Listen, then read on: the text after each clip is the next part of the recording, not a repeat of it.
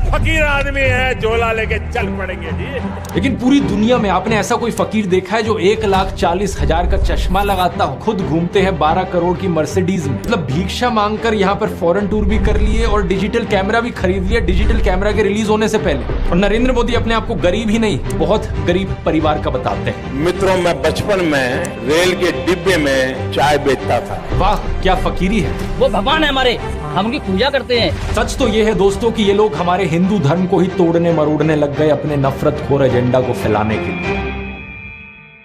नमस्कार दोस्तों, जर्नलिस्ट अनिल यादव एक बीजेपी वर्कर मंगल वाजपेयी से बात कर रहे थे कानपुर में। मंगल एक लोडर का काम करते हैं, यानी गाड़ियों में सामान चढ़ाने का काम करते हैं। क्या नाम बताए? योगी साहब। मेरा मंगल वाजपेयी। मंगल वाजपेयी है, यहाँ लोडर का काम करवाते हैं।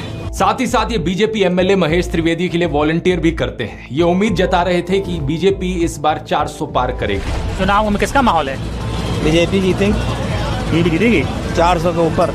लेकिन जैसे जैसे बात आगे बढ़ती है, मंगल अपनी परेशानियों के बारे में बताते हैं। वो बताते हैं कि उनके पास बिजली नहीं है, सीवर की व्यवस्था नहीं है। हमारे पास बिजली नहीं है घर में, हमारे पास लैट्रिन घर में नहीं है, हमारे पास सीवर व्यवस्था नहीं है। उन्होंने बीजेपी एमएलए महेश त्रिवेदी को कई बार कहा, हमने महेश त्रिवेदी से भी कई बार कहा कि 20 फुट पाइप पड़ना है, तो अगर पड़ जाए तो हमारे घर की सीवर व्यवस्था बन जाए।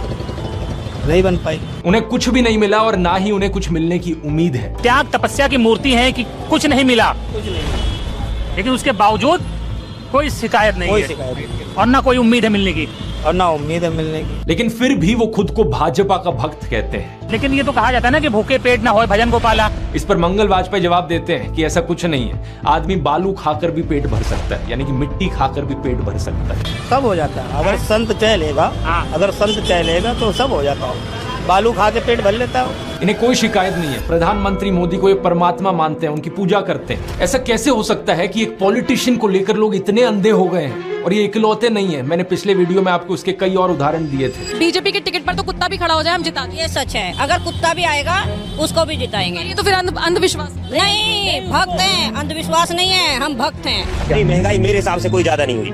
अब मैं 10 साल से बनियान नहीं पहन रहा, देखो आप। वो भगवान है हमारे, हम उनकी पूजा करते हैं। ऐसा हुआ है इमोशनल मैनिपुलेशन और ब्रेन वॉशिंग की वजह से। एक बड़े स्केल पर देश में लोगों का ब्रेन वॉश किया गया है, और जो माफिया यहाँ पर ब्रेन वॉश कर रहा है लोगों का, वो 4 डिपार्टमेंट्स पर काम करता है। पहला डिपार्टमेंट लोगों में गर्व और अहंकार भरता है कि आप महान हो क्योंकि आप हिंदू धर्म में पैदा हुए। दूसरा डिपार्टमेंट आपको एहसास दिलाता है विक्टिमाइजेशन का, कि सदियों से, 1000 सालों से आपके पूर्वज विक्टिम बनकर रहे थे। तीसरा डिपार्टमेंट आपके अंदर डर भरता है कि आपको खतरा है उन लोगों से। और चौथा डिपार्टमेंट यहाँ नरेंद्र मोदी को मसीहा बनाता है कि सिर्फ नरेंद्र मोदी ही आपको बचा सकते हैं। पहले 3 डिपार्टमेंट्स की मैं 3 अलग अलग वीडियोस में ऑलरेडी बात कर चुका हूं। अब वक्त है इस चौथे डिपार्टमेंट को एक्सपोज करने का। नरेंद्र मोदी की कल्ट ऑफ पर्सनैलिटी, कैसे इनके इतने सारे फेलियर्स के बाद भी लोगों को इमोशनली मैनिपुलेट किया जाता है कि लोग इन्हें भगवान मान बैठे। आइए जानते हैं आज के इस वीडियो में।